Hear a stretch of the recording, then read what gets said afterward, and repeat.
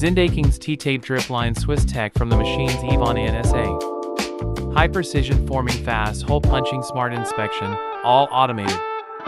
Injection machinery and mold is no longer request.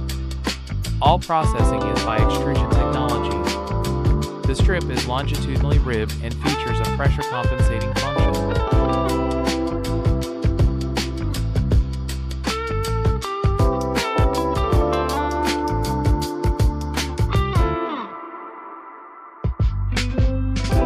We form the tape with a small embossing wheel, roughly 100 to 120 millimeters in diameter. Strong bond between tape and main pipe produces thin wall drip tape down to 0.12 millimeters. Parallel winder with a built-in tape storage unit.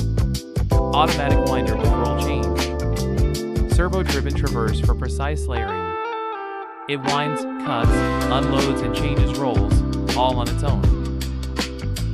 Solid structure, advanced control. Go with us.